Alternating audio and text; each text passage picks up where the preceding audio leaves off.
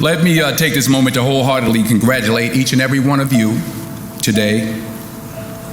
You graduated, you did it. And you did it all by yourselves, nobody helped you.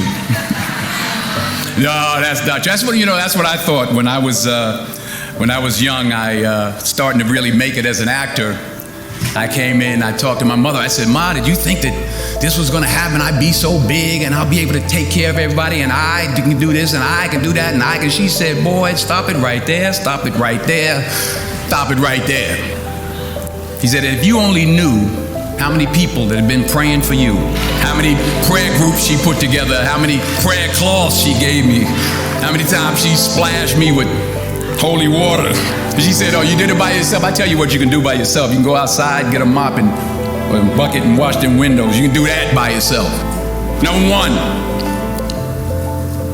put God first. Put God first in everything you do. Everything that you think you see in me, everything that I've accomplished, everything that you think I have, and I have a few things, everything that I have is by the grace of God. Understand that. 40 years ago, March 27th, 1975, it was 40 years ago, just this past March, I was flunking out of college. I had a 1.7 grade point average. I hope none of you can relate. I was sitting in my mother's beauty shop. They still call it beauty shop now? What they call it? Yeah, I was sitting in the beauty parlor. I was sitting in my mother's beauty parlor, and I'm looking in the mirror, and I see behind me this woman under the dryer. And every time she looked up, every time I looked up, she was looking at me, just looking me in the eye.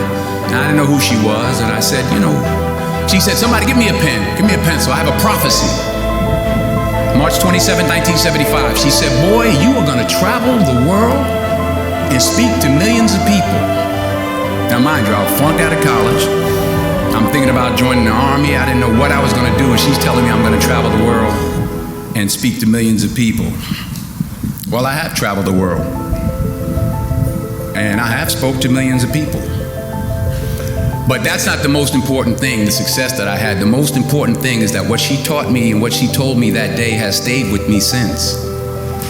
I've been protected, I've been directed, I've been corrected.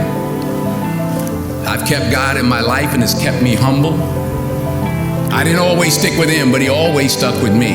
If you think you want to do what you think I've done, then do what I've done and stick with God. Number two, fail big. That's right. Fail big. Today is the beginning of the rest of your life, and it can be very frightening. It's a new world out there. It's a mean world out there, and you only live once. So do what you feel passionate about. Take chances professionally. Don't be afraid to fail. There's an old IQ test, was 9 dots, and you had to draw 5 lines with a pencil within these 9 dots without lifting the pencil. The only way to do it was to go outside the box. So don't be afraid to go outside the box.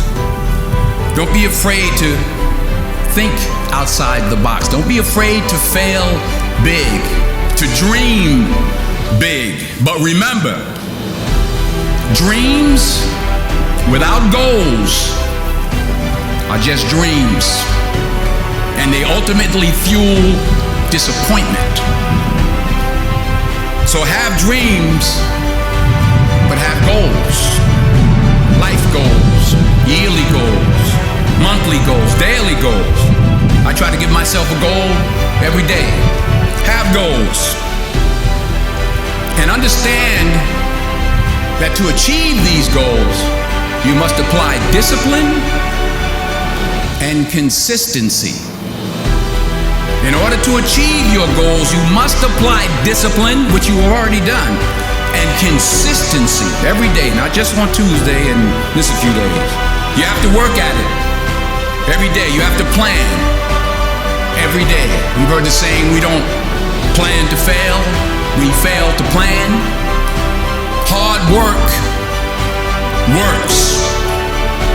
Working really hard is what successful people do. And in this text, tweet, twerk world that you've grown up in, Remember, just because you're doing a lot more doesn't mean you're getting a lot more done. Remember that. Just because you're doing a lot more doesn't mean you're getting a lot more done.